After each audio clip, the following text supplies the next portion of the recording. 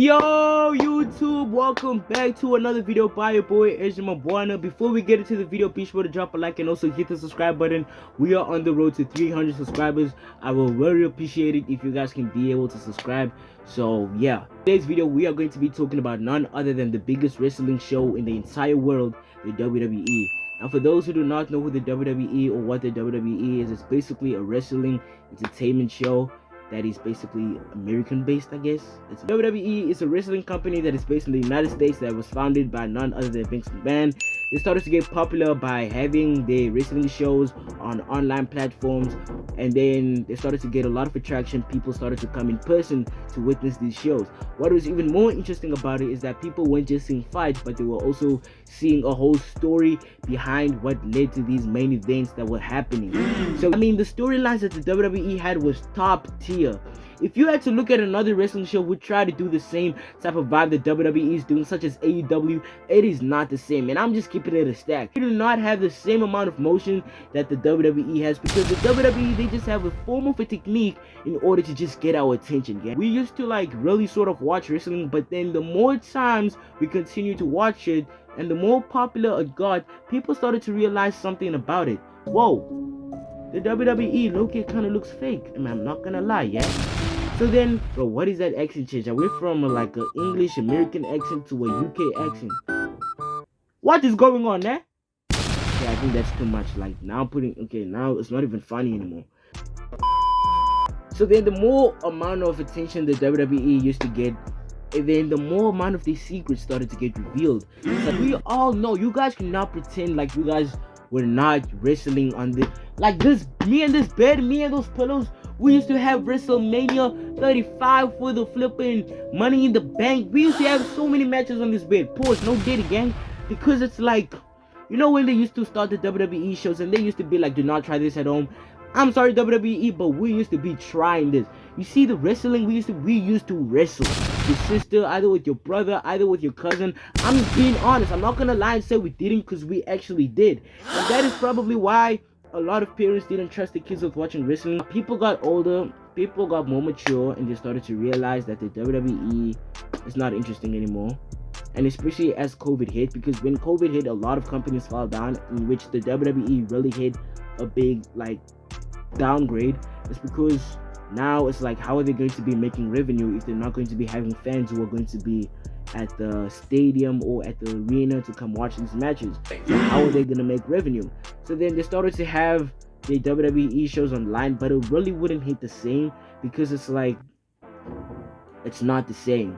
Because a lot of wrestlers started to leave, and then it just wasn't even the same anymore, because the vibe of fans not being there, it just felt really different. Then boom, WWE got the fans back.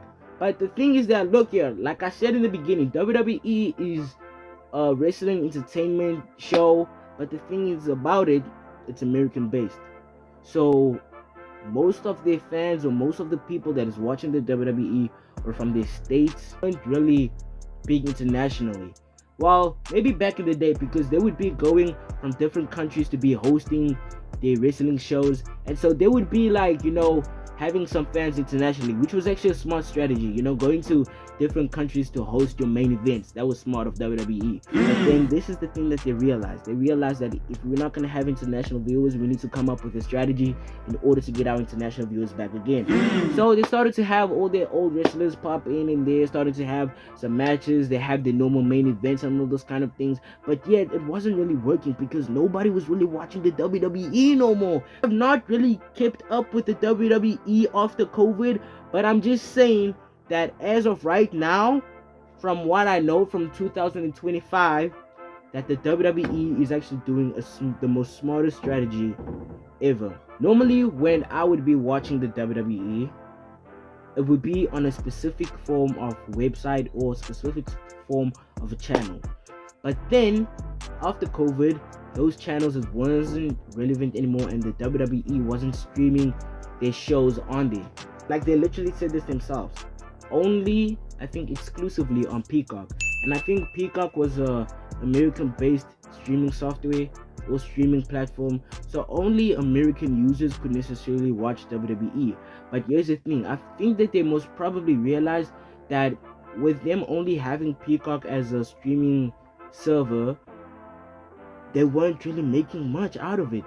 And so what they decided to do, which was the most smartest strategy of the WWE to ever do, is that they decided that they were going to be having their shows on Netflix. Now look.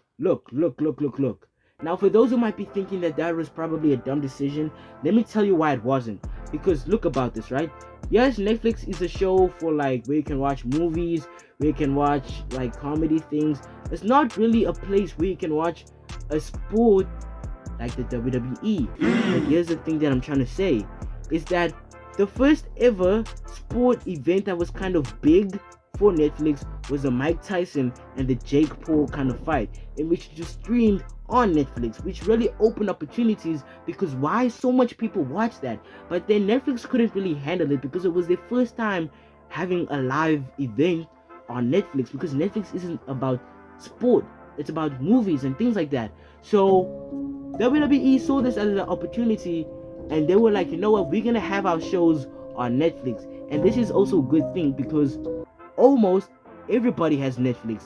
Netflix is an international, a global software that is used by people all over around the world. Not like a software like Peacock that is only open to American users, but something like Netflix, which is open to people globally. So then people from all over around the world can be able to watch the WWE. Now who is that going to benefit? That is not only going to benefit you, because maybe now you can watch the WWE. That is also going to benefit Netflix, because they're going to get a lot of users. And also that is going to benefit the WWE, because a lot of new users is going to be watching the show, like Monday Night Raw and SmackDown and all those type of things. So this is a smart strategy from the WWE.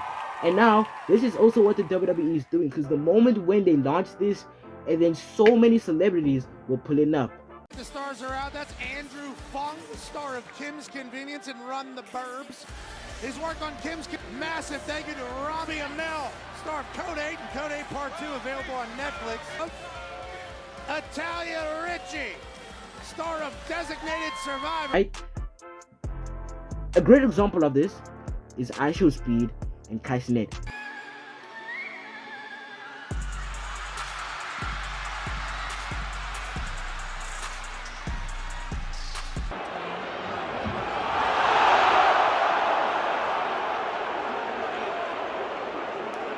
IShowSpeed and Kai Cenat are one of the most biggest streamers or the most biggest content creators in the world. And ever since IShowSpeed got RKO'd by Randy Orton, that was a big boost for the WWE. And so they knew what they needed to do. If they can't get touch of the celebrities, because the celebrities doesn't have much motion, who has motion? Because who's on the top of the game right now? Content creators and streamers. And who's the biggest content creator and streamer? IShowSpeed and Kai Cenat. So then when IShowSpeed went to go to the Royal Rumble, and also when Kai Cenat was there, because Kai Cenat was on Monday Night Raw and he promoted the Royal Rumble, saying that he was going to be there. So since people was like, Kai Cenat is going to be there, I must be there. So then now this is basically a promotion tactic. And also with IShowSpeed performing in the Royal Rumble, even though he's a form of an athlete, but he's a content creator. What is a content creator doing in the ring? It's a form of promotion and bringing just the name of the WWE up. And did it work? Yes, it did. This is all about business, chat. This is all about business. So let's get into it. IShowSpeed in the ring. He's fighting. Now, obviously, he's not going to win the Royal Rumble, but yet he loses, and it's a flipping a funniest reaction. People are like, damn. Now it's just everywhere. It's everywhere all over around the world, because it's like, now I think also it was streamed on Netflix, so now a lot of people were watching this. This was a big thing for the WWE, and now that was the Royal Rumble, that was IShowSpeed, that was Kai Cenat, and even Kai Cenat, because the thing is that there was a recent stream of his where he was wearing a WWE shirt. Now the thing is that I'm saying is that even though he's wearing the WWE shirt, it's still a form of a promotion, because people are seeing what he's wearing. People are seeing the WWE shirt that he's wearing on his vest. I'm gonna show you guys the clip. But yeah, I feel like this year of 2025 might just be the biggest year for the WWE. Now let me explain.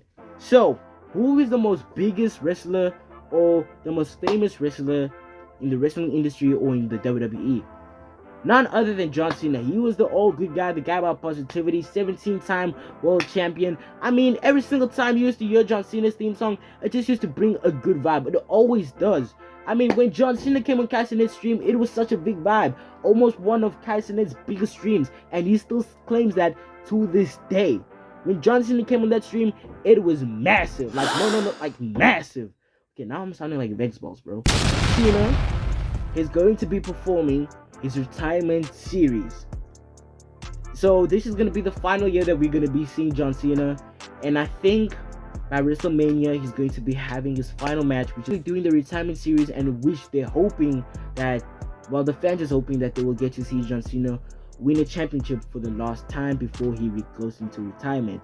So now John Cena is into WWE again, because for the longest time he's been acting and he hasn't been really connected with the WWE, but now he's back. Now he's fighting again. He's going into he was in the Royal Rumble. He almost won the Royal Rumble.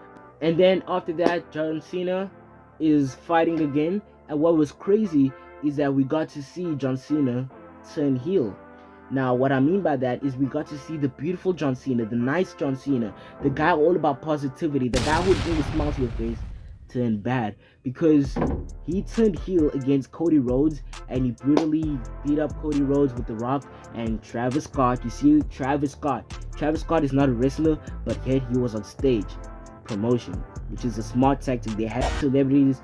Drake was even at the Elimination Chamber with Lil Yachty, and there was even a clip of Lil Yachty where the WWE posted saying if he's going to be in the ring anytime soon, and he basically just kind of confessed his crush to Rhea Ripley.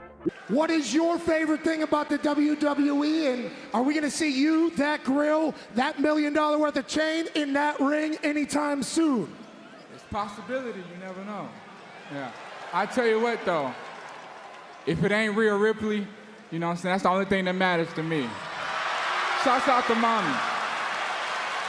Hashtag Yachty love mommy. Oh, that is what the WWE is doing, and it's going pretty much successful for them. We still want to see what is going to happen with the John Cena story, whether if it's going to be winning his championship or not. What if this is what it's all leading up to in WWE? John Cena turned heel and absolutely rocked the wrestling world in one of the most shocking moments in pro wrestling history. In the background, as Cena had his foot on Cody Rhodes' head and The Rock stood emotionless beside him, was Travis Scott. This wasn't accidental. What if a match we get in the future is Rock, Cena, and Travis Scott against 3 stars that match each of them individually? John Cena and Cody Rhodes will meet at WrestleMania, and it's easy to think that even after the biggest spectacle of the year, things won't be settled between them. The Rock has an age-old rival that we haven't seen in WWE in a minute, Stone Cold Steve Austin. And then there's Travis Scott. You might be thinking, why not leave it at a tag team match?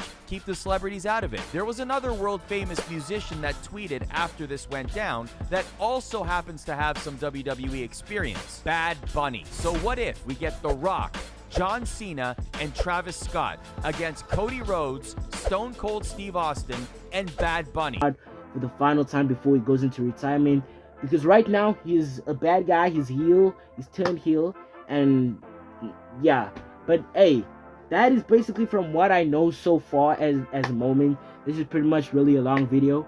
But yeah, thank you guys so much for watching. Any more information that you guys would like to let me know, and then drop it in the comments.